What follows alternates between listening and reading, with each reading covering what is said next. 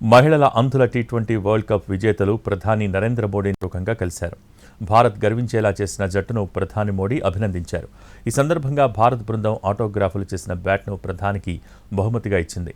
జట్టు సభ్యులకు ప్రధాని స్వీట్లు తినిపించడంతో పాటు ఆటోగ్రాఫ్లు ఇచ్చారు. 6 దేశాలు పోటీపడ్డ ప్రపంచ కప్లో ఫైనల్లో నేపాల్ను భారత్ ఓడించి ఛాంపియన్గా నిలిచింది. ఈ జట్టు కెప్టెన్ దీపికతో పాటు కరుణకుమారి తెలుగు అమ్మాయిలు.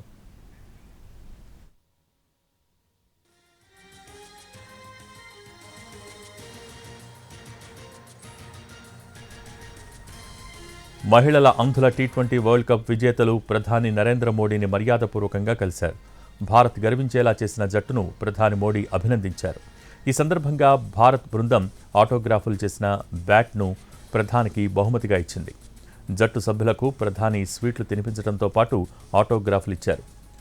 6 దేశాలు పోటీపడ్డ ప్రపంచ కప్ ఫైనల్లో నేపాల్ను భారత్ ఓడించి ఛాంపియన్గా నిలిచింది. ఈ జట్టు కెప్టెన్ దీపికతో పాటు కరుణకుమారి తెలుగు అమ్మాయిలు.